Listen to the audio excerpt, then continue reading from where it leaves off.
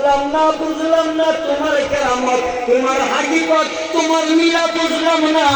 এখনো পর্যন্ত শুভেচ্ছা শেষ হইতেছে না। কারণ কি? ওই যে আল্লাহ তো না করে দিছে, আল্লাহ তো কথা শুনে পাইছে। এইবার যখন এই কথা শুনলো, এই কথা বলার পরে শেখ ফরিদ আগুন নিয়ে আবার পুনরায় অজুর পানি গরম করছে। অজুর পানি গরম কইরা এইবার যখন মুর্শিদে দিতে অজু বানাইতো, অজু বানাইছে। অজু বানানোর পরে কয়, ওগো আল্লাহ রনি, ওগো আল্লাহ রনি, আল্লাহ রনি গো, আপনি দয়া করে আমারে ক্ষমা করবেন। আল্লাহ রনি গো, ও আল্লাহ রনি, 12 বছর তো শেষ হয়ে গেছে, ও আল্লাহ রনি আমারে মুরিদ করান না। কয়, তোমার এইবার তোমার সত্য মতো কাজ হয়ে গেছে, আমি তোমারে মুরিদ করবো। এইবার যখন মুরিদ করাইছে, তওবা করাই দিছে। তওবা করা দেওয়ার পরে শেখ ফরিদ কয়, বাপুজি গো, এখন তুমি আমার মুর্শিদ হইছ, আমার পীর কেবলা হইছ। এইবার তোমার আমি ছাড়বো না, ছাড়বো না। মুরিদ করার পরে ডাক দিয়া কয়, আমার কতগুলি শর্ত আছে, ওই শর্তগুলি তোমার মানতে হবে। একটা শর্ত যখন বলছে, আল্লাহর ওলি যখন শেখ ফরিদের দিকে তাকাইছে, তাকানোর সাথে সাথে শেখ ফরিদের দেহের মধ্যে যা কিছু আছে সব কিছু নূরে নূরে নূরে পরিবর্তন হয়ে গেছে। সারা দুনিয়া, সারা পৃথিবী শেখ ফরিদ হাতের তাল্লার মধ্যে সরিষার মতন দেখতে পাইতেছে। মুর্শিদ দহানা রে দয়াল নজর কর আমরা রে, এইভাবে কি দিন যাবে তোর পরচারের নাই হিসাব, দয়ার নজর কর আমরা রে। বলেন না সুবহানাল্লাহ। আপনাদের কার কষ্ট হয়েছে? না, কষ্ট নিয়ে ক্ষমা করে দিবেন। আসলে ওই সমস্ত কথাগুলি ওলি আল্লাহ দরবারে চলে, এগুলি ওলি আল্লাহ শিক্ষক, ওলি আল্লাহ এইগুলি এখন জিকির হলে ইল্লাল্লাহ 100 বার, ইয়াহু 100 বার, হকু 100 বার, আল্লাহ লা ইলাহা ইল্লাল্লাহ। হ্যাঁ গান ছবিটা কি হয়েছে? আলহামদুলিল্লাহ, লা ইলাহা ইল্লাল্লাহ, সুবহানাল্লাহ, আলহামদুলিল্লাহ, লা ইলাহা ইল্লাল্লাহ, লা ইলাহা